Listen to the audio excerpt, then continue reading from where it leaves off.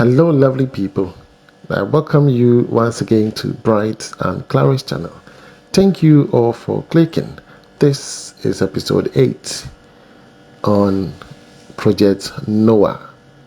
Alright, so in your view is a typical 3D representation of the beautiful 8-bedroom house that we are putting up for our client. This comes with a beautiful 2-pod car garage and has a roof terrace.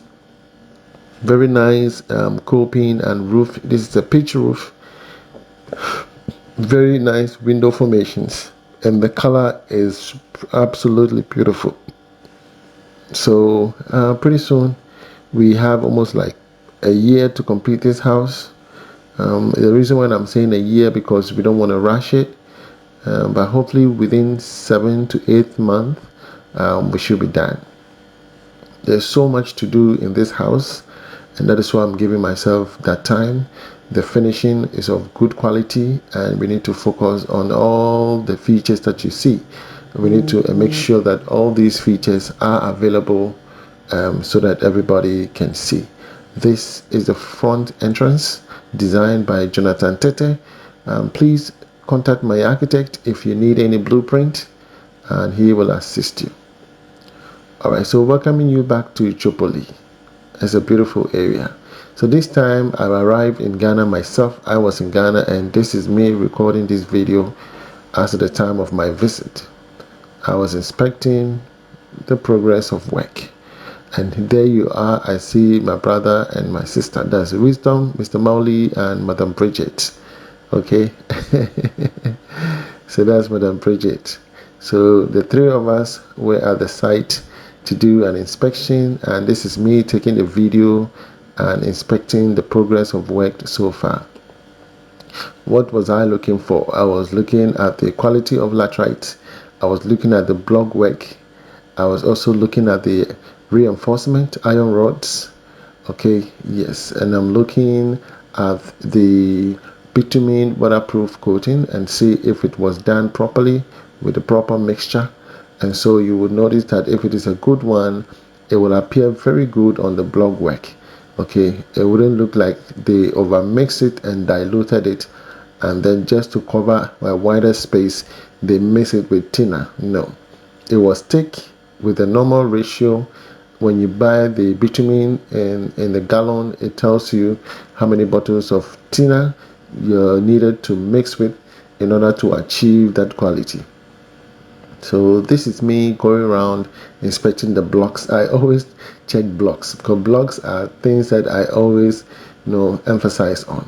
They are also part of the building structures, and so if you don't have a quality block, you are putting your building in shambles. So here again I'm inspecting the laterite that was placed along the edges of the footings. On the inside I inspected if the block work was okay, and I love the pillars. Look at that. I love this pillar, and I talked about it. It was so nice and strong, because of the quality of work with the cement. Everything turned out so beautifully. The clay is something that I again emphasize not to be placed along the edges. So we position those clays in the center, as you can see.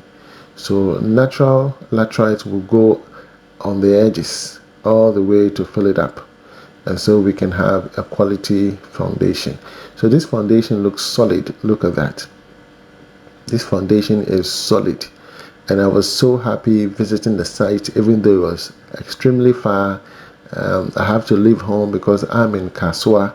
I have to travel from Kasua all the way to, we used Tema to Afienya, and then Afienya we headed towards the Aplawu road, and we used that road towards Tripoli. So it's quite a journey. Okay, it's quite a journey. I inspected the iron rods, as you can see. In fact, I went around enjoying everything. Here again inspecting the plumbing pipes that were purchased, the cement that were bought. I'm checking all of them is 42.5 R.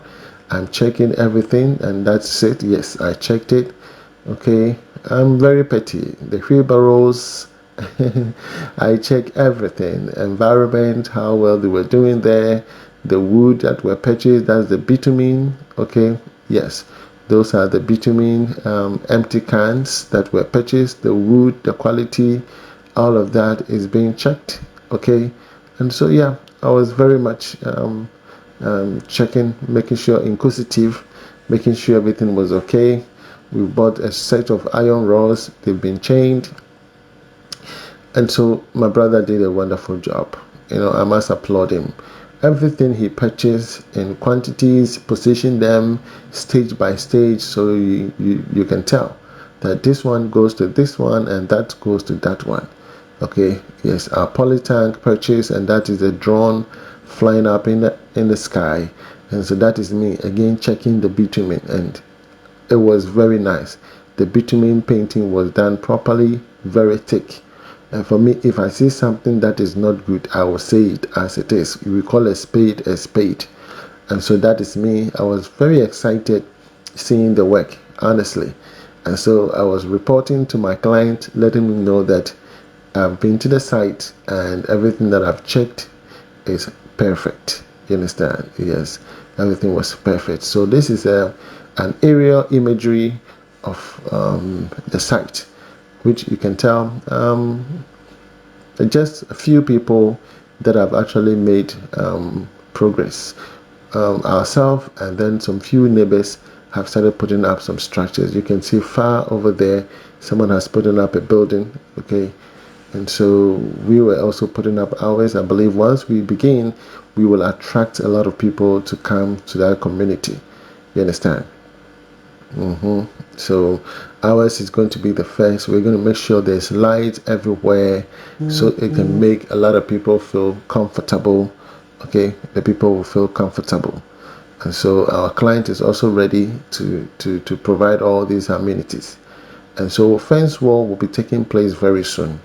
Okay, we're going to begin with the fence wall while the laterite filling is taking place, because like I said in episode 7, the laterite filling is going to take some time and we don't want to rush it. Okay, so whilst the laterite filling is taking place, we will now focus on the perimeter fence wall and yeah, put up the fence wall in order to kill time.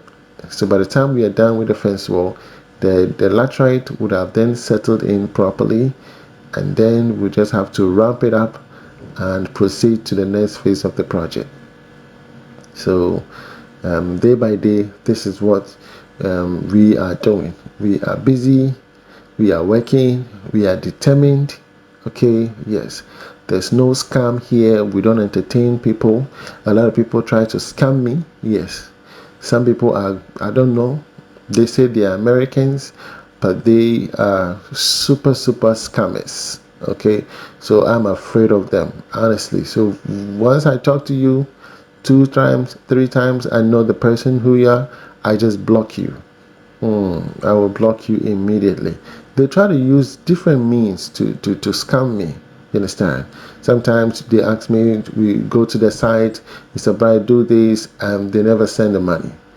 I know these scammers. Okay, it has happened to us twice, and so we learn from it. Yes, we learn from our mistakes, and we are very vigilant. Okay, we are very vigilant, making sure that nobody come here. So that's sometimes when people send me message, I'm a bit skeptical. I need to take my time. I read the text, I check the number, and then once I'm comfortable, I respond. You understand? So just all be careful. Make sure your phone has a 2-step verification in order to avoid your WhatsApp or whatsoever being scammed. Is it hacked? Yes, being hacked. So just be careful. So you can see the aerial view of this beautiful house. Okay, and it's so huge and beautiful. From your left all the way to your right, a portion of it have been filled with the laterite already. The remaining chambers are pending the filling of the laterite. The temporary structure over there looks beautiful. Okay, poly tank is available, and you can see just a few area left for the laterite filling. You understand? And you can see the quality of work right from here. from the sky, you can see the block work. And then the height of the footings is very, very important, because a lot of people don't take that into consideration. When you're building a house, you first need to check the slope of the land. Well, the slope of the land helps you to determine the quantity of blocks that is required, and also the height of the footings, such that you can eliminate any flooding. Or in the future, when the roadway is being constructed, usually they will fill up the road, and so the road should not be higher than your compound.